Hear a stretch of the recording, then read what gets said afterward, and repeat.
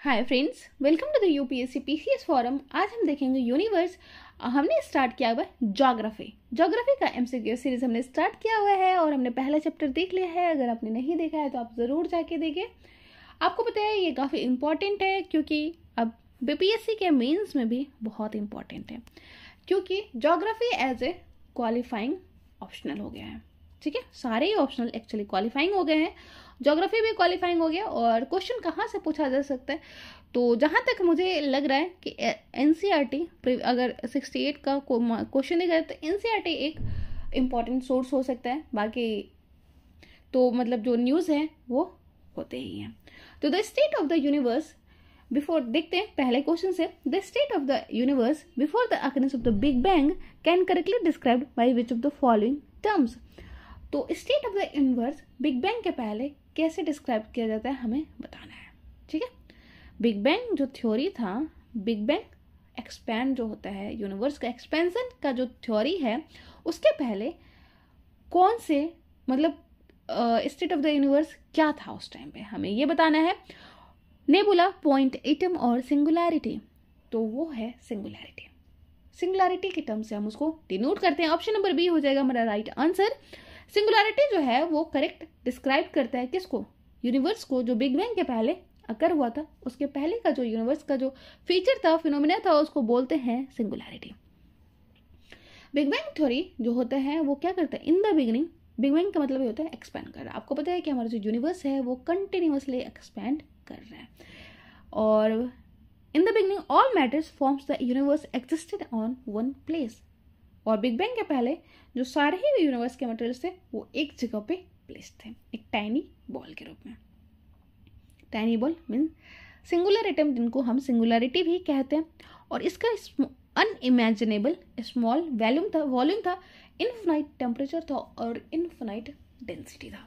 तो भले ही उसका जो वॉल्यूम था बहुत बहुत कम था, लेकिन जो टेम्परेचर था वो इनफिनाइट था, डेंसिटी भी इनफिनाइट था, और इसको, इस एग्जिस्टेंस को बोलते हैं सिंगुलैरिटी।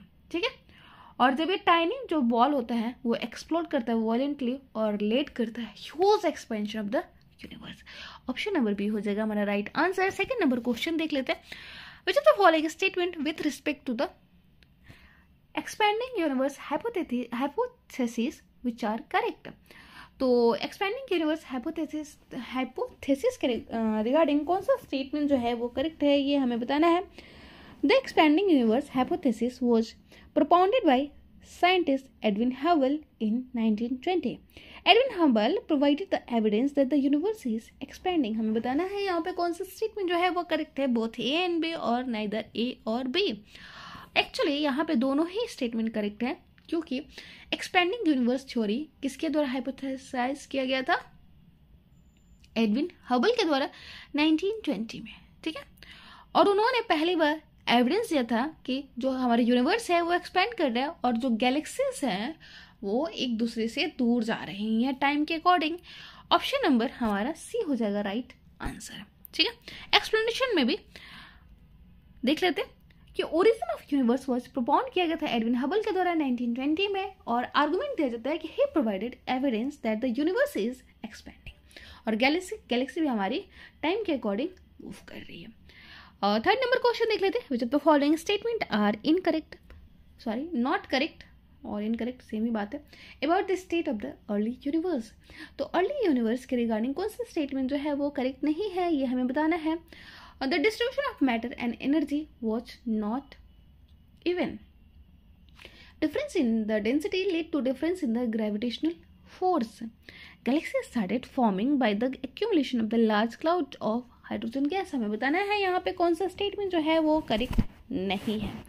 तो एक्चुअली यहाँ पे सारे ही स्टेटमेंट जो है वो करेक्ट है, तो कोई भी स्टेटमेंट यहाँ पे करेक्ट नहीं है। हमें हमारा आंसर हो जाएगा ऑप्शन नंबर डी। तो डिस्ट्रीब्यूशन जो है हमारे मतलब यूनिवर्स में जो मैटर है और एनर्जी है वो अनइवन है, मतलब वो इवन नहीं है।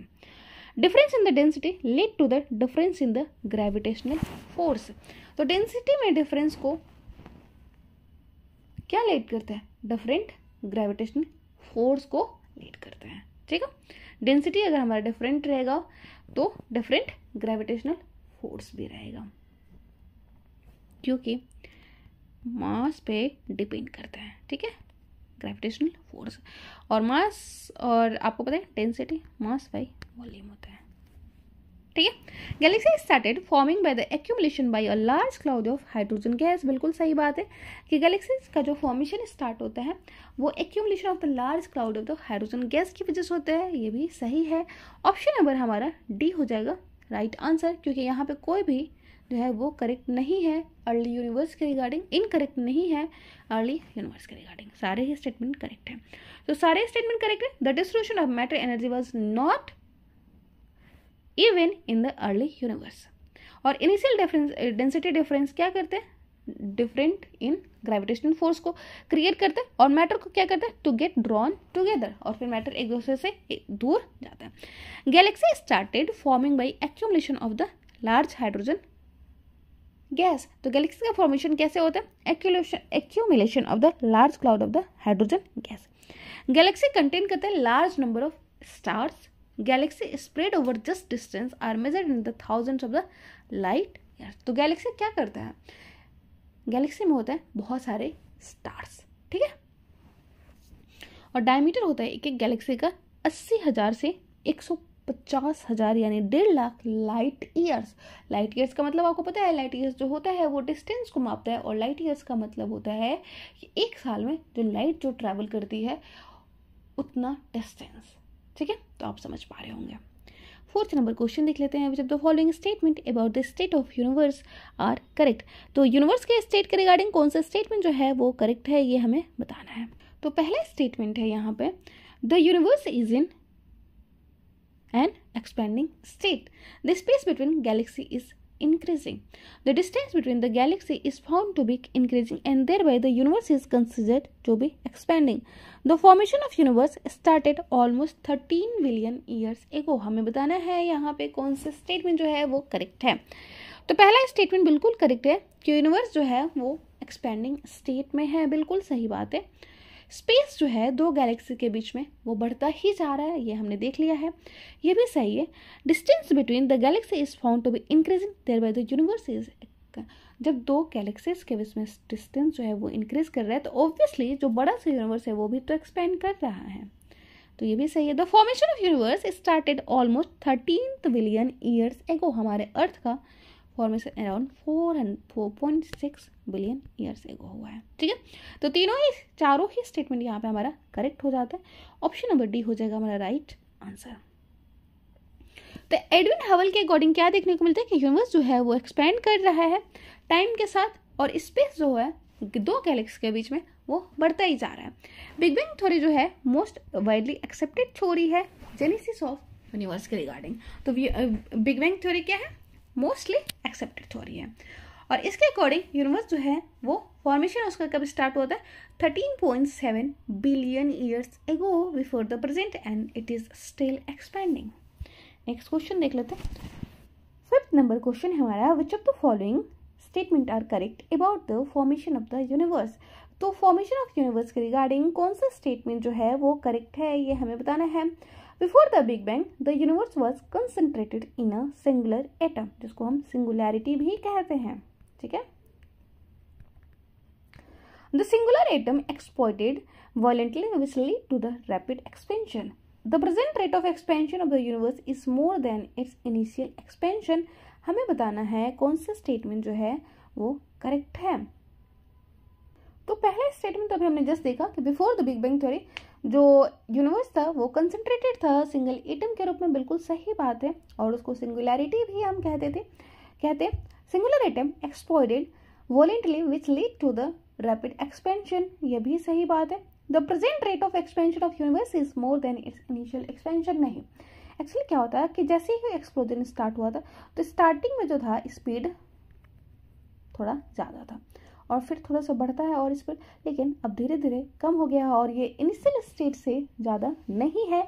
ऑप्शन नंबर हमारा बी हो जाएगा राइट आंसर, क्योंकि स्टेटमेंट फर्स्ट और सेकेंड जो है वो राइट आंसर है, ठीक है।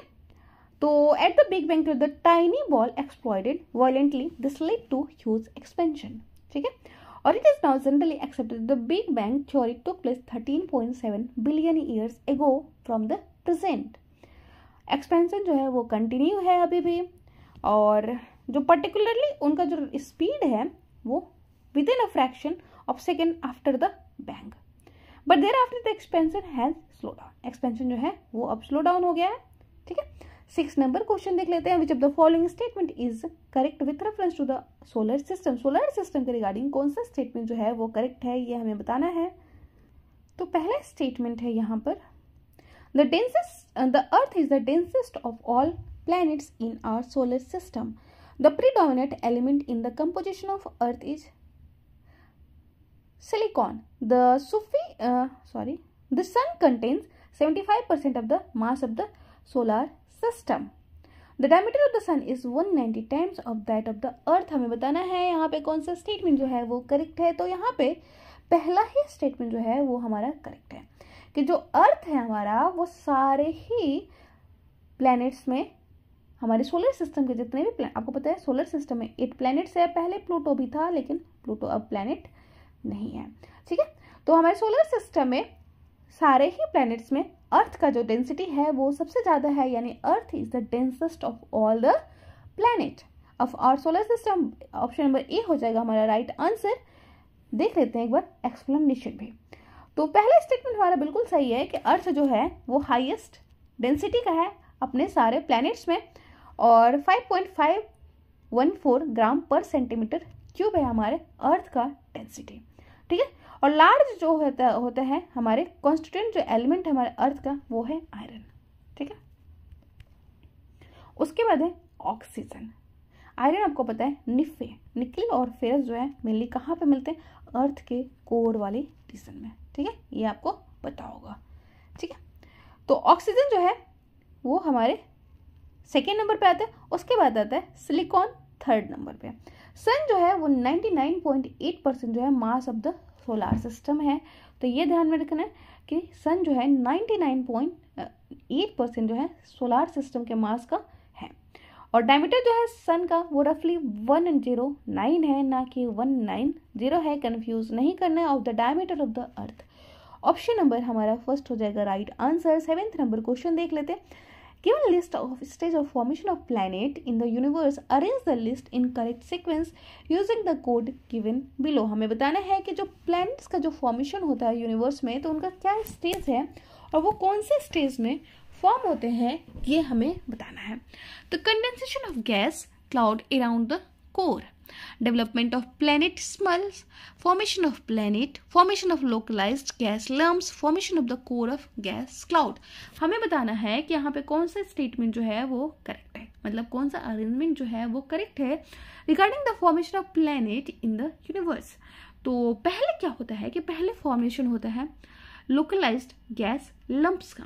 जो लोकलाइज्ड गैस जो बनते हैं उनका लंप्स धीरे धीरे बनना स्टार्ट होता है। उसके बाद गैस का क्लाउड बन जाता है। ठीक है, गैस के क्लाउड के बाद क्या होता है, कंडेंसेशन होता है। पहले क्या होता है, लंप बनना स्टार्ट करेगा, कोई भी चीज़ का लंप बनना स्टार्ट करेगा जो लोकलाइज्ड गैस है। उसके बाद धीरे धीरे यही क्या करने लगता है, क्लाउड के रूप में फॉर्मेशन होता है, मतलब formation of core of gas cloud.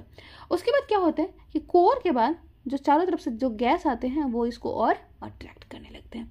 इसके बाद होता है प्लैनेट स्मॉल, मतलब स्मॉल प्लैनेट्स का फॉर्मेशन, और उसके बाद फॉर्मेशन ऑफ द प्लैनेट होता है। ऑप्शन नंबर बी हो जाएगा हमारा राइट आंसर। तो पहले क्या होगा, formation of the core of the gas cloud, formation of the localized gas lumps होगा। उसके बाद core of the gas cloud बनेगा।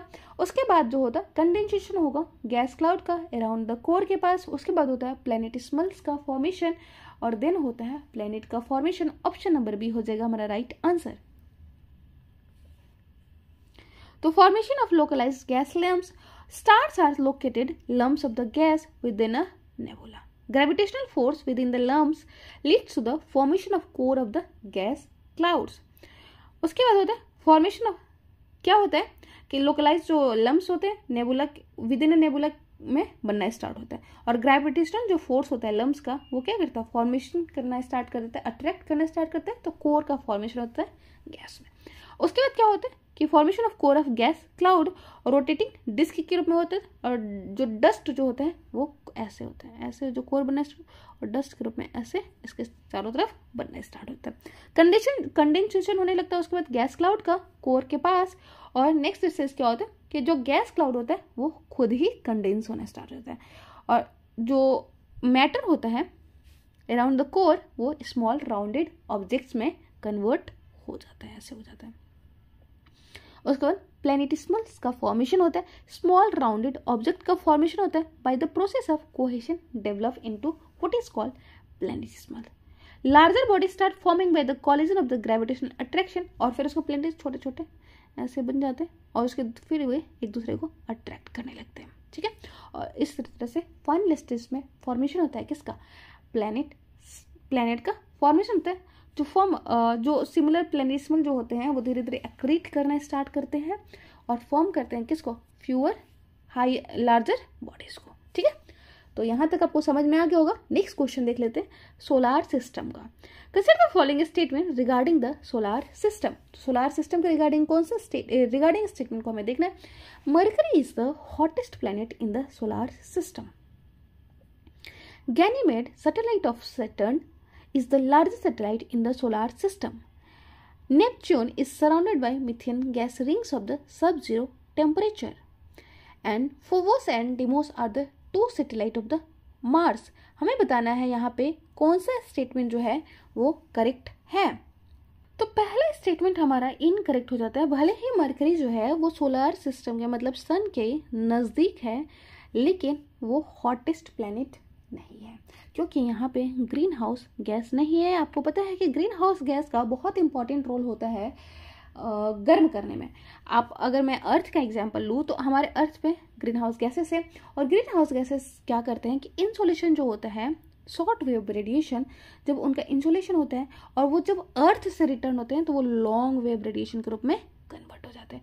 और लॉन्ग वो तो ट्रांसपेरेंट होते हैं किसको, शॉर्ट वेव रेडिएशन के लिए। क्या, ग्रीन हाउस गैसेस GHG जो होते हैं वो ट्रांसपेरेंट होते हैं शॉर्ट वेव रेडिएशन के लिए, लेकिन वो ऑपेक होते हैं किसके लिए, लॉन्ग वेव रेडिएशन के लिए। और इस तरीके से वो जो लॉन्ग वेव ये जो रेडिएशन होता है, लॉन्ग वेव रेडिएशन जो टेरेस्ट्रियल रेडिएशन होता है, यानी जो अर्थ से जो रिटर्न होता है उसको वो जाने नहीं देते हैं। और इसी वजह से क्या होता है कि जो हमारा अर्थ होता है वो वार्म रहता है। नहीं तो अगर ग्रीन हाउस गैसेस नहीं होते हमारे अर्थ पे तो क्या होता, हमारी जो अर्थ होती दिन में काफ़ी गर्म और रात को काफ़ी ठंड होती, ठीक है। तो ग्रीन हाउस गैसेस का भी होना ज़रूरी है, ऐसा नहीं है, लेकिन हर चीज़ का एक लिमिट होता है। लिमिट से ज़्यादा कोई भी चीज़ अच्छा नहीं होता है हमारी नॉर्मल लाइफ में भी। तो हम लिमिट से ज़्यादा अगर अच्छे हों तो लोग हमारा यूज़ कर लें, लिमिट से ज़्यादा बुरे होंगे तो हम खुद के लिए ये अच्छा नहीं है। तो मरकरी जो है हॉटेस्ट प्लैनेट है सोलार सिस्टम का, बिल्कुल गलत बात है। विनस जो है वो हॉटेस्ट प्लैनेट है हमारे सोलार सिस्टम का। गैनीमेड जो है वो सैटेलाइट जो है सैटर्न का नहीं है, वो है जुपिटर का, ठीक है, जुपिटर का सैटेलाइट है, इसलिए ये भी हमारा गलत है। थर्ड जो है नेपच्यून जो है वो सराउंड होता है मिथेन गैस के रिंग से सब जीरो टेम्परेचर पे, बिल्कुल सही बात है। नेपच्यून जो है वो सब जीरो टेम्परेचर पे सराउंडेड है, मिथेन गैस है। फोबोस और डिमोस जो है वो 2 सैटेलाइट है मार्स के, बिल्कुल सही बात है। तो ऑप्शन नंबर हमारा सी हो जाएगा राइट आंसर, क्योंकि थर्ड और फोर्थ जो है वो राइट है, बाकी 1 और 2 हमारे जो है वो रॉन्ग है। सोलार सिस्टम में देख लेते हैं। नेपच्यून जो है वो सराउंड होता है मिथेन गैस के रिंग से सब जीरो टेम्परेचर पे। मार्स का 2 मून होता है, फोबोस और डिमोस। अर्थ का मून है, आपको पता है ये मून है। अर्थ का जो सैटेलाइट है, नेचुरल सैटेलाइट जिसको हम मून कहते हैं, ठीक है, तो ये आपको पता है। फोबोस डिमोस को डिस्कवर किया गया था अमेरिकन जो एस्ट्रोनॉमर है SF हॉल 1877 में। विनस जो है वो हॉटेस्ट प्लैनेट है सोलार सिस्टम का। मरकरी जो है वो नहीं है, because the dense atmosphere act as a greenhouse gas heat the surface to about 818 degree Fahrenheit. तो ग्रीन हाउस गैसेस का रोल होता है गर्म करने में। और गैनीमेड जो है वो सैटेलाइट है जुपिटर का, और ये लार्जेस्ट सैटेलाइट है सोलार सिस्टम का, इसलिए हमारा जो राइट आंसर हो जाएगा वो हो जाएगा सी। 9th नंबर क्वेश्चन दिखा था, the planetoids also known as asteroids. Asteroids जिनको प्लैनेटॉइड्स भी कहते हैं are the planets like object that revolve around the sun in our solar system. These numerous small bodies are usually found between two orbits of the following planet. तो जो asteroids मिलते हैं जिनको planetoids भी कहते हैं, वो दो प्लैनेट्स के बीच के ऑर्बिट्स में पाए जाते हैं, दो प्लैनेट्स के ऑर्बिट के बीच में पाए जाते हैं। तो दो प्लैनेट्स कौन है ये हमें बताना है, तो वो है आपके मार्स और जुपिटर। ऑप्शन नंबर बी हो जाएगा हमारा राइट आंसर। और एस्ट्रॉइड जो होते हैं वो किसके बने होते हैं, वो क्ले के बने होते हैं, सिलिकेट रॉक्स के बने होते हैं, डार्क होते हैं अपीयरेंस में, और they are known to be the among the most ancient object in the solar system. ठीक है, और मोस्ट एंशिएंट ऑब्जेक्ट के रूप में भी उनको जाना जाता है सोलर सिस्टम का। ऑप्शन नंबर बी हो जाएगा हमारा राइट आंसर। नेक्स्ट क्वेश्चन में हम देखेंगे नेक्स्ट क्लास में 10th नंबर क्वेश्चन से। आज के लिए इतना ही रहने देते हैं। Thank you so much, bye.